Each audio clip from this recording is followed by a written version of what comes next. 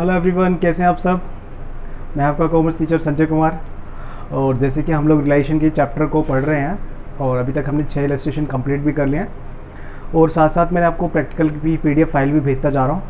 तो अब हमें क्या करना है, प्रैक्टिकल क्वेश्चन भी आपको साथ साथ करने, इलस्ट्रेशन में करा रहा हूँ, ठीक है। और इसके बाद में दूसरी बात क्या है, अब मैं आपको आज कराऊँगा 7 से लेकर 10 तक कुछ स्पेशल ट्रांजेक्शन्स, ठीक है, जो कि 7 से लेकर 10 तक पूरे क्वेश्चन को सॉल्व करने में हेल्प करेगी, ठीक है। क्वेश्चन आप लोग खुद से करेंगे, लेकिन जो उसमें स्पेशल ट्रांजेक्शन है, जो इफेक्ट डालती हैं, जिस रिलेशन में आप कंफ्यूज हो सकते हैं, वो चीज़ें क्या है वो मैं आपको बताऊंगा, ठीक है। तो आइए स्टार्ट करते हैं। तो सबसे पहले है इसमें, एक बार देख लेते हैं। सबसे पहले है ट्रीटमेंट ऑफ गुडविल, ठीक है। तो ट्रीटमेंट ऑफ गुडविल सबसे पहले क्या है, स्पेशल ट्रांजेक्शन आप आज हम सीख रहे हैं, ठीक है। स्पेशल ट्रांजेक्शन, ठीक है। स्पेशल ट्रांजेक्शन सीख रहे हैं हम लोग। तो स्पेशल ट्रांजेक्शन कौन सी होंगी, ठीक है, और कौन से अकाउंट के अंदर हम सीख रहे हैं, इन रियलाइजेशन,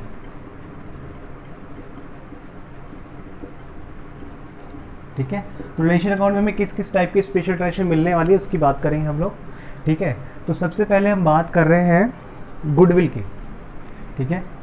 सबसे पहले किसकी बात कर रहे हैं बेटा, गुडविल की।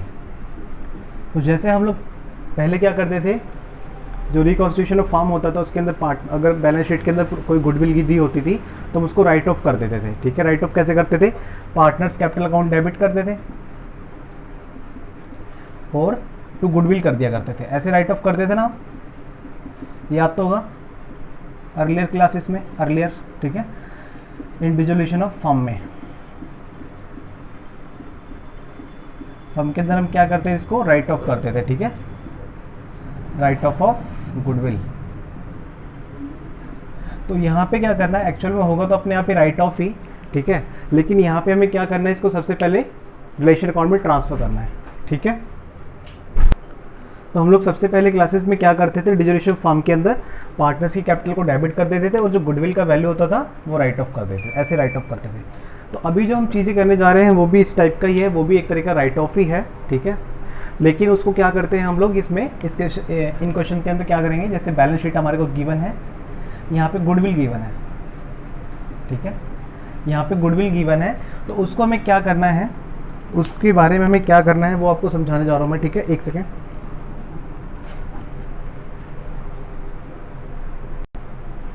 अगर आपको क्वेश्चन के अंदर गुडविल दिया हुआ है बैलेंस शीट में, ठीक है, तो आपको क्या करना है, इस गुडविल को ट्रांसफर कर देना है कहाँ पे, रियलाइजेशन अकाउंट में, ठीक है। रियलाइजेशन अकाउंट में किधर जाएगा, यहाँ पे जाएगा गुडविल, ठीक है, टू गुडविल करके लिख देंगे हम यहाँ पे। और अगर क्वेश्चन में कुछ भी नहीं लिखा है, if nothing said in question about goodwill, ठीक है, तो हम क्या मानेंगे, वी विल कंसीडर, क्या कंसीडर करेंगे बेटा, कि कुछ भी पैसा रिसीव नहीं हुआ है, ठीक है। We will consider no any amount, no any amount received from goodwill, ठीक है। तो मतलब कि एक बार गुडविल जो आप यहाँ पे ट्रांसफर करेंगे वो यहाँ पे आएगी तो सही, लेकिन इसकी यहाँ पे रीसेल वैल्यू कब आएगी, जब क्वेश्चन में मेंशन होगी, ठीक है, व्हेन मेंशन इन क्वेश्चन।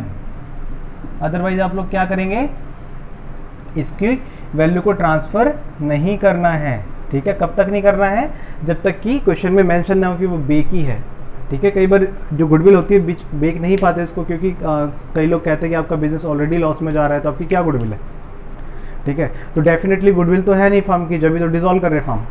तो मतलब कि अगर पुरानी कोई गुडविल है भी हमारे पास, उसको राइट ऑफ करने का सबसे यही एक तरीका होता है, सिंपल सा, कि बैलेंस शीट की जो गुडविल उठा के रिलेशन अकाउंट में डाल दी और क्वेश्चन में कुछ कहा नहीं है कि अगर गुडविल सेल हुई है नहीं सेल हुई है, तो हम उसको ये मान लेते हैं कि कुछ भी पैसा नहीं आया है इधर क्रेडिट साइड में, और उसको ऐसे एज इट इज़ छोड़ देते हैं, ठीक है। रीसेल वैल्यू कब आएगा, जब मेंशन होगा, अदरवाइज नहीं आएगा। तो आपने सबसे पहला पॉइंट सीखा गुडविल का, तो आई होप ये आपको गुडविल वाला टॉपिक समझ में आएगा कि रिलेशन में कैसे ट्रीट करना है, ठीक है। फिर नेक्स्ट टॉपिक समझते हैं। अब हम सीखने जा रहे हैं payment of loan to the partners, ठीक है। उसकी कुछ कंडीशंस हैं, ठीक है। क्या क्या कंडीशन है सबसे पहले देख लेते हैं। फर्स्ट कंडीशन है, जैसे कि इसमें लिखा हुआ है लोन, ठीक है। Loan from Manoj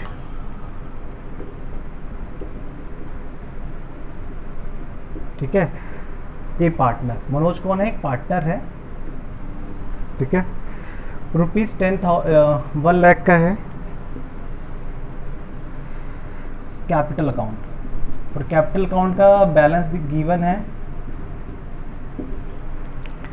credit balance. साफ साफ बोल रखा है कौन सा बैलेंस बेटा? Credit balance. क्रेडिट बैलेंस की बात करें, क्रेडिट बैलेंस कितना? ₹40,000। तो इस केस में जर्नल एंट्री क्या होगी, ठीक है। तो इस केस में जो सिंपल जर्नल एंट्री होगी वो क्या होगी? देखो, एक तो आपको उसका लोन अकाउंट पे करना है, ठीक है। तो लोन अकाउंट पे करने के लिए आपको सिंपल उसकी जर्नल एंट्री क्या करनी है?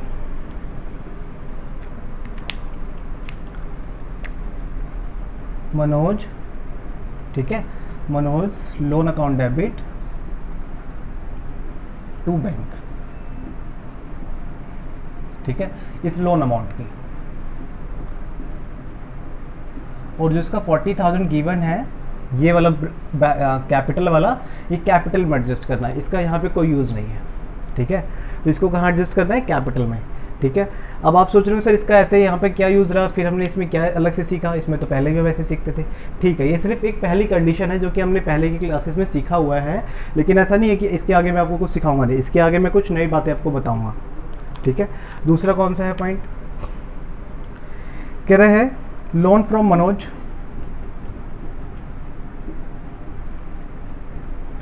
ठीक है। लोन मनोज से हमने लिया हुआ था, ये पार्टनर है वो, एज इट इज सेम, ठीक है। 1 लाख रुपए का वही वैल्यू ली हुई है लोन पे। कह रहे हैं मनोज की कैपिटल अकाउंट का डेबिट बैलेंस है, मनोज, ठीक है। कैपिटल अकाउंट कितना है? तो जो बैलेंस है वो कैसा है बेटा? डेबिट बैलेंस है, ठीक है। ये क्रेडिट बैलेंस था, ये कैसा बैलेंस है? डेबिट बैलेंस है। और डेबिट बैलेंस भी कितना है? 70,000 रुपये का। देखिए, अब मनोज के मेरे को 1 लाख रुपए चुकाने हैं, ठीक है। तो मनोज को मैं क्या बोलूँगा? देखो, आपकी कैपिटल ऑलरेडी डेबिट बैलेंस है, तो मतलब क्या है, किस में है बेटा? वो माइनस में है, ठीक है। कैपिटल किसके अंदर पहुंची हुई है? वो माइनस के अंदर पहुंची है। तो हमने उसको क्या बोला? देखो, आपको फर्म मनोज को कितना देगी? 1 लाख रुपए देगी, और उससे वापस कितने लेने? 70,000 लेने। तो उसको बोलते हैं कि देखो, आपको 30,000 हम दे देते हैं और आपका जो लोन है वो पूरा राइट ऑफ हो जाएगा, ठीक है। तो कैसे जर्नल एंट्री करेंगे इसकी? Manoj loan account debit,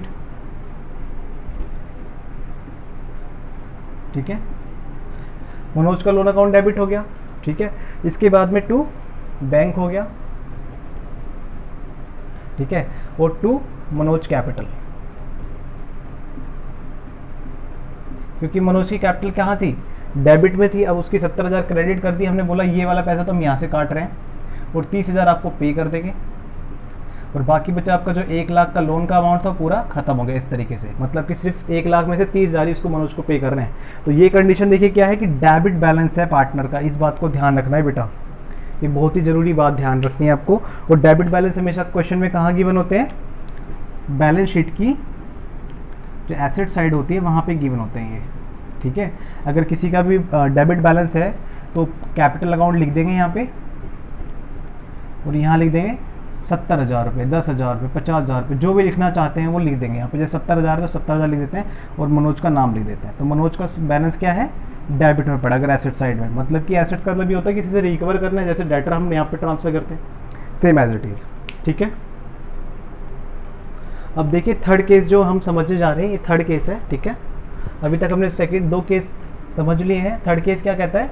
loan from Manoj A partner, 1 lakh रुपए उसके देने थे फर्म को, और फर्म को उससे लेने थे 1,25,000 रुपये, ठीक है। ये बात समझ में आई आपको? 1 लाख रुपए उसको देने हैं, लेकिन वापस कितना लेना है? 1,25,000 लेना है। तो दैट्स मीन क्या है इसका मतलब? कि उसकी कैपिटल इतनी ज़्यादा माइनस में है कि 1 लाख तो देना ही है उसको, 1,25,000 लेना है, तो मतलब कि 25,000 लेकर आएगा भाई वो, जब भी बात बनेगी, है ना भाई। 1 लाख फर्म उसको देगी क्योंकि उससे उसकी कैपिटल लगी हुई है, सॉरी लोन दिया हुआ था उसने फर्म को, और उसकी जो कैपिटल है माइनस में पहुंचेगी भाई साहब 1,25,000, तो मतलब कि 25,000 उसको लाने ही पड़ेंगे, ठीक है। उसका जो लोन है वो तो ख़त्म हो जाएगा। तो मनोज का लोन जो है, जो क्रेडिट बैलेंस होता है वो क्या हो जाएगा, ख़त्म हो जाएगा। Manoj loan account debit 1 lakh, ठीक है। और जो घर से लेके आया वो प्लस बैंक अकाउंट डेबिट 25,000 उसको घर से लाने पड़ गए, ठीक है। टू क्या करेंगे, capital account, Manoj capital account लिख दो यहाँ पे, मनोज कैपिटल अकाउंट। तो मतलब कि इसको घर से कितने पैसे लाने पड़ेंगे बेटा, 1,25,000 रुपये घर से ले आइए आप चुपचाप से, ठीक है, क्योंकि आपको फार्म के ही देने निकल रहे हैं। तो ये क्या लेके आ रहा है वो, अमाउंट ब्रॉट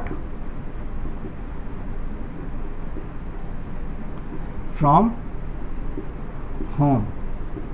इसका मतलब क्या है कि वो बाहर से कहीं से भी अरेंज करेगा। मैं ये नहीं कह रहा कि घर पे उस पर रखे होंगे गड्डियाँ उठा के लेके आएगा, चलो गड्डी की, तो ऐसे लेके आने की ज़रूरत नहीं है।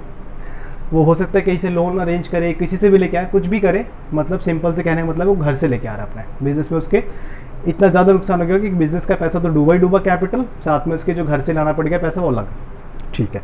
तो ये काम भी हमारा ख़त्म हो गया। तो हमने अभी तक 4 चीज़ें सीखी, गुडविल सीखी और 3 तरीके की कंडीशन सीखी पेमेंट ऑफ पार्टनर्स लोन का, ठीक है। इसके बाद आगे देखते हैं, ये भी हो गया बेटा हमारा। अब इसके बाद आते हैं एक स्पेशल ट्रांजेक्शन है workman compensation reserve, question number 9 के अंदर, ठीक है। तो इसको मैं रफ कर रहा हूँ, इसकी तो कोई ज़रूरत है नहीं, अब ख़त्म हो गया ये काम इसका।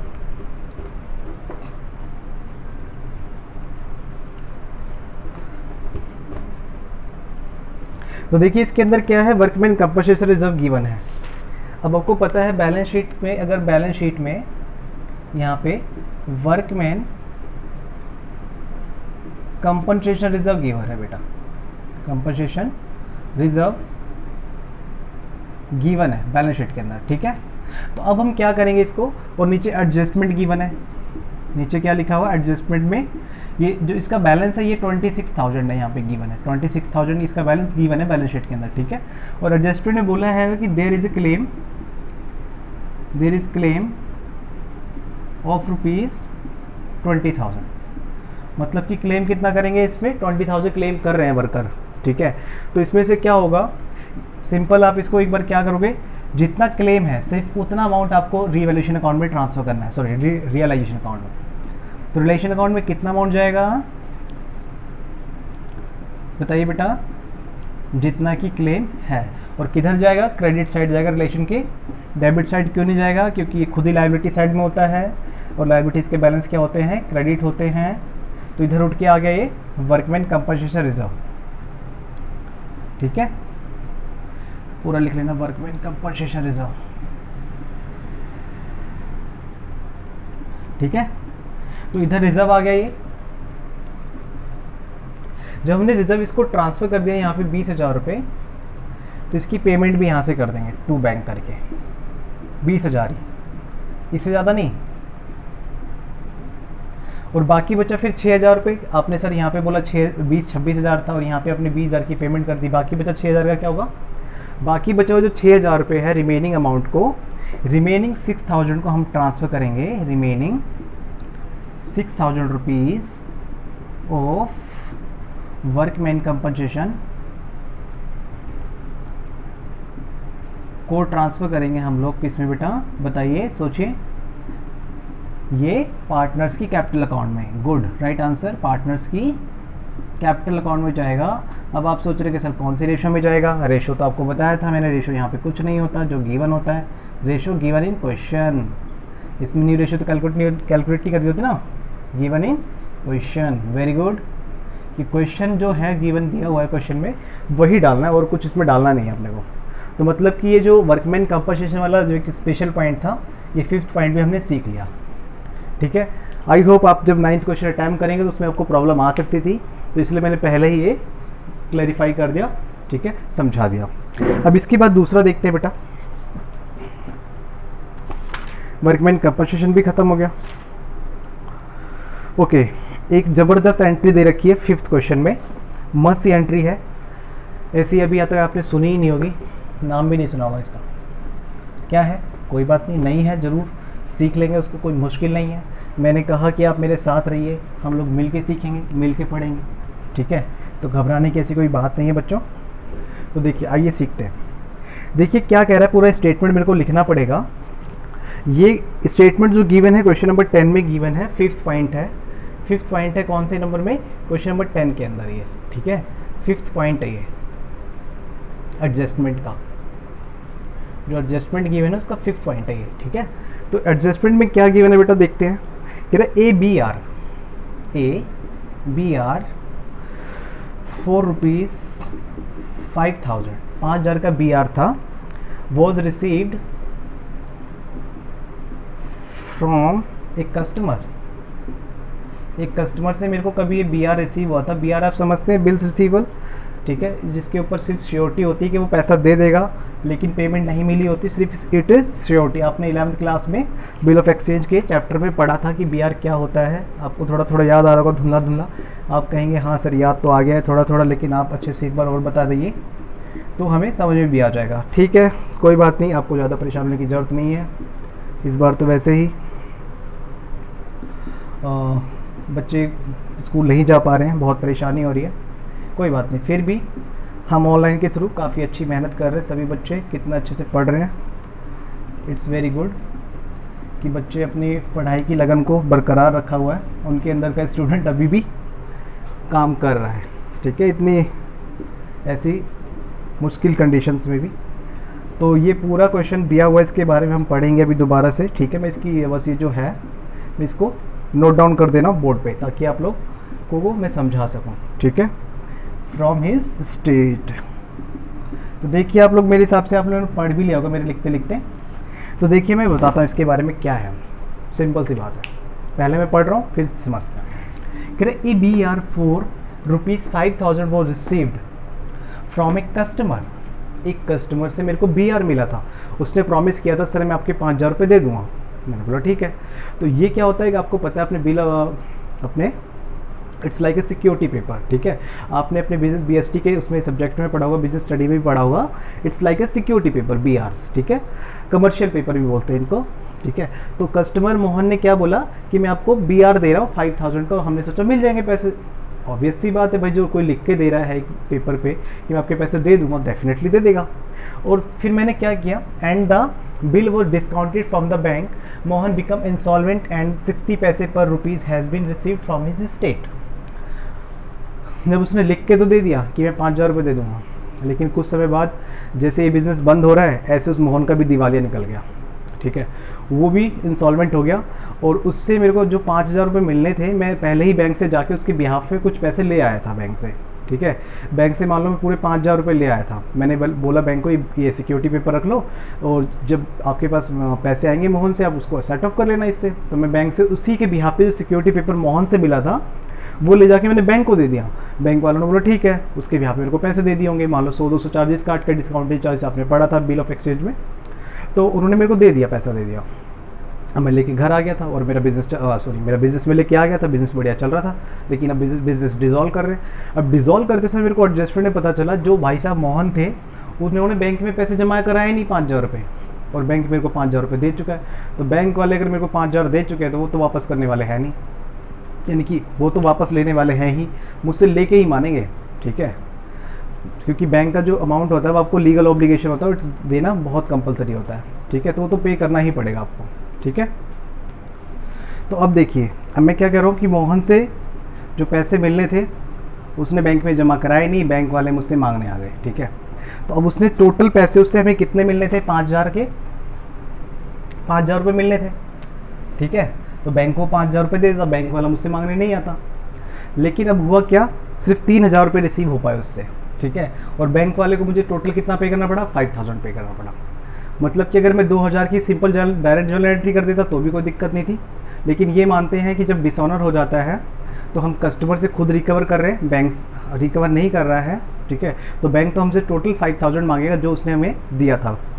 तो तो सबसे पहले जब हमने रिकवरी की एंट्री करी इससे कि 60% 60 पैसा मिला है।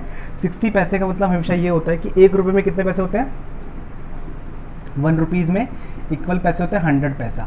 ठीक है, तो अगर 60 पैसा बोले तो पैसे की बात करें तो 1 रुपये का कितना परसेंट हुआ बेटा, ये 60% हुआ। ठीक है, तो अगर 60 पैसा कहीं भी कभी भी लिखा है तो सिंपल ये मान लेना कि 60% है। तो 5000 का 60% कितना हो गया, 3000 रुपये। तो उससे हमें 3000 तो मिल पाए। जो मिले पैसे वो हमने क्या किया, रिलेशन अकाउंट बनाया।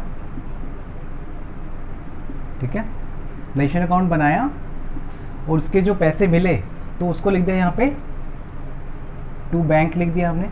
ठीक है, उससे पैसा रिसीव होगा। ठीक है, सॉरी यहाँ पे बाय बैंक आता है ना बेटा, बाय बैंक अकाउंट डेबिट तो 3000। ठीक है, और जो हमने उसको बैंक वालों को पे किया तो यहाँ पे नीचे लिखेंगे बी आर रिकवर्ड 60%। 60%। ठीक है, तो 60% रिकवर हो गया और यहाँ पे लिखेंगे टू बैंक। ठीक है, बैंक वालों को कितने पैसे दे दिए हमने, पूरे 5000। इसके यहाँ पे ब्रैकेट में लिख सकते हैं नीचे बी आर पेड। ठीक है, बी आर किसको पेड करना पड़ा हमें, बैंक को। बी आर वैसे हमारी एसेट्स होता है लेकिन इस केस में हमारी लाइबिलिटीज़ बन गया। क्यों, क्योंकि हमने इसको डिस्काउंटेड करा लिया था और उसके पैसे जो मोहन को बैंक को देने थे बैंक को दिए नहीं उसने, तो बैंक वाले हमसे मांगने आ गए।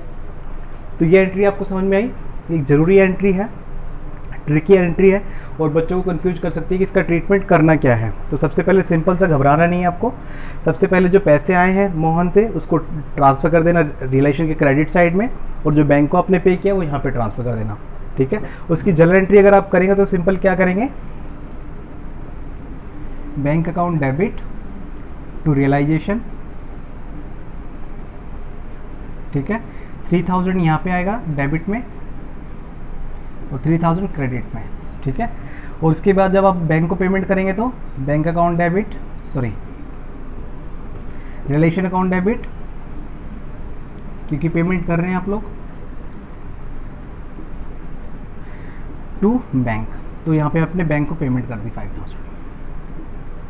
तो इसकी ऐसे जर्नल एंट्री भी कर सकते हैं आप।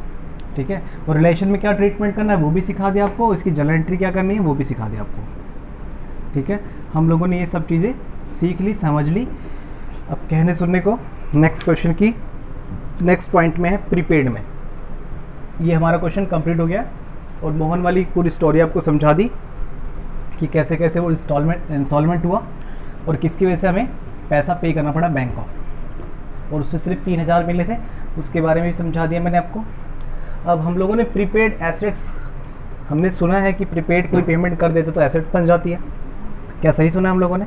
ऐसा ही होता है सर कॉमर्स में, आपको तो पता ही होगा। बिल्कुल सर पता है, मुझे भी पता है। तो ठीक है, अगर बैलेंस शीट में, जैसे बैलेंस शीट गिवन है, यहाँ पे कोई प्रीपेड एक्सपेंसेस गिवन है। ठीक है, कोई भी प्रीपेड एक्सपेंस गिवन है, जैसे कि क्वेश्चन नंबर इलस्ट्रेशन नंबर 1 की 10 की बात करता हूँ। इलस्ट्रेशन नंबर 10 में ही 5 पॉइंट ये था और एक पॉइंट बैलेंस शीट में गिवन है प्रीपेड एक्सपेंसेस 1000 रुपीज़। तो इसका क्या करना है सर? इसको सिंपल कुछ नहीं करना बेटा, रिलेशन अकाउंट बनाएंगे। ठीक है, और एसेट्स है तो यहाँ पे टू प्रीपेड एक्स लिख देंगे, जो भी प्रीपेड एक्सपेंस था वो। ठीक है, और इसका जो अमाउंट था वो लिख देंगे यहाँ पे, जैसे कि 1000 रुपये इसका अमाउंट है तो यहाँ पे ट्रांसफ़र कर देंगे, और यहाँ पे कोई इसकी वैल्यू नहीं आएगी। ठीक है, अगर कोई रियलाइज वैल्यू दी है तो आ सकती है, अदरवाइज नहीं आएगी इसकी realise value. If given then we can enter.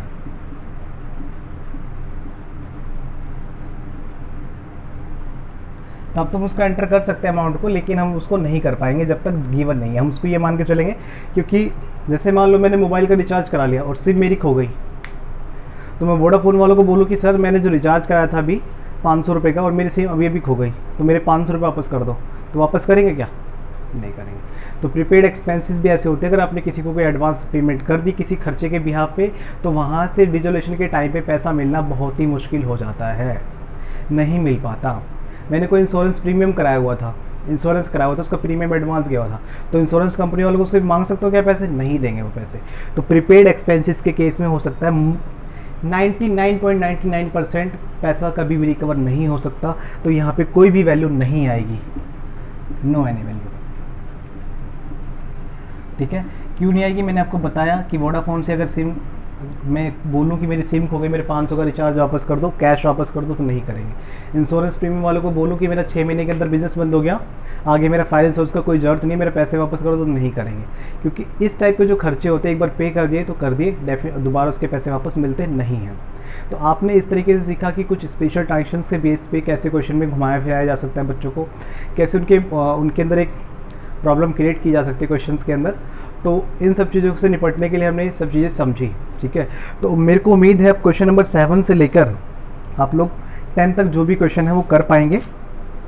इसके बाद एक क्वेश्चन आया हुआ है राजस्थान बोर्ड में 11th क्वेश्चन, वो मैं कल कराऊंगा आपको, वो भी इस साल का ये 2019 का, तो कल CBSE में आया हुआ है वो मैं कराऊंगा आप लोगों को। ठीक है, डेफिनेटली। तो मिलते हैं बेटा फिर से कल इसी जोश के साथ, इसी जज्बे के साथ, पढ़ते हैं अच्छे से आगे। ठीक है, best of luck, thanks for today बेटा।